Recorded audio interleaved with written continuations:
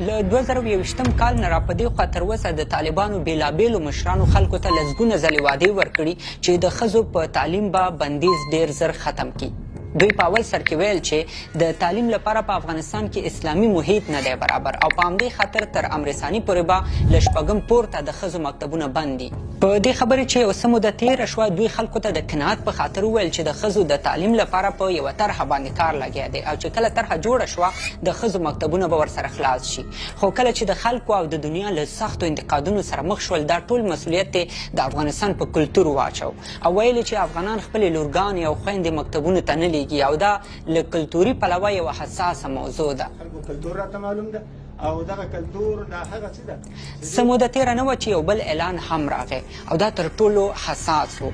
دوی ویل چې د ښځو تعلیم د بهرنیانو فرهنګ دی چې د امان الله خان په وخت کې افغانستان ته راوړل شوی دی. همدغه د عیاشي او د فحاشي نسخه یې راوړی غوښتل له دې ټولو بېلابېلو نظرونو خلکو ته یوه اندازه ولګېده او هغه دا چې طالبان د ښځو د تعلیم په اړه په یوه نظر باندې نه دی خو بیا هم خلک نه پوهېدل چې اصلي کیسه کوم ځای کې بنده پاتې ده چې له وجې طالبان ښځو ته د تعلیم اجازه نه ورکوي. وروسته معلومه شوه چې د ښځو د تعلیم په لار کې یوازینی خنډ د طالبانو مشر منافقت الله دی او هغه نه غواړي چې په افغانستان کې د ښځو لپاره مکتبونه خلاص شي. خو پوښتنه بیا هم دا وه چې ولې دومره مشران او کشران طالبان نشي کولی چې ملا هبت الله قانع کړي چې په افغانستان کې ښځو ته د تعلیم اجازه ورکړي.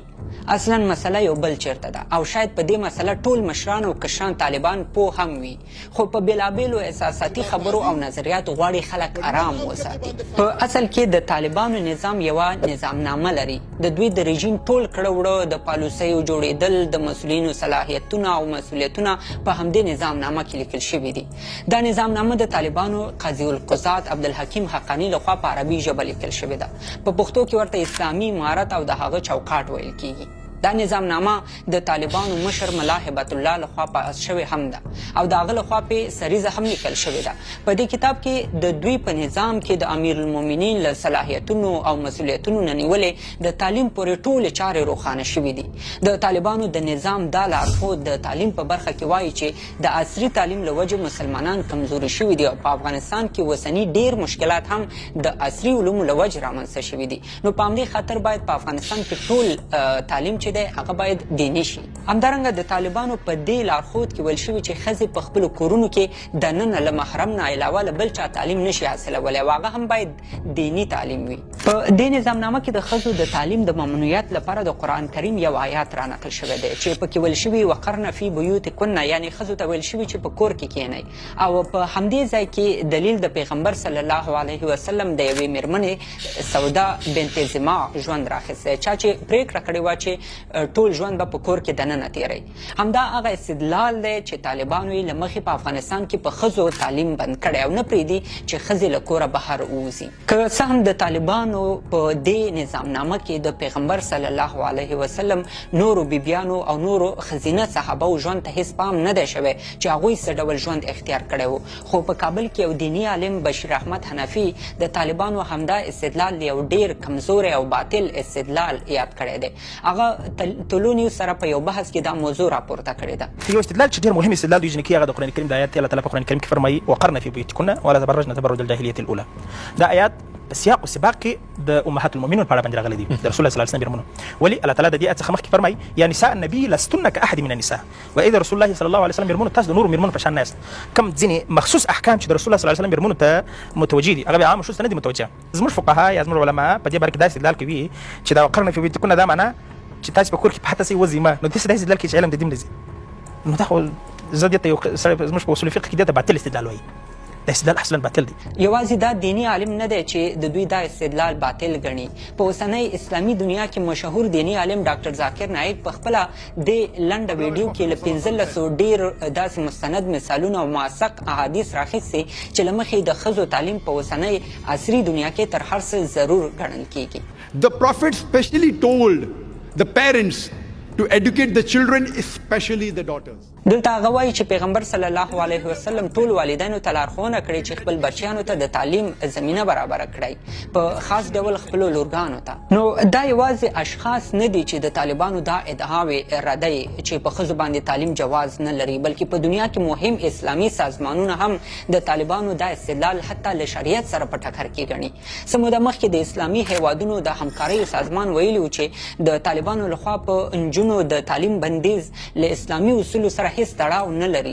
د سرپخوا کې د الازهر پوهنتون چې په ټوله دنیا کې د اسلام تر ټولو پخوانی مدرسه ګڼل کیږي د طالبانو لخوا په ښځو باندې د تعلیم بندیز د شریعت خلاف عمل ګڼلی و.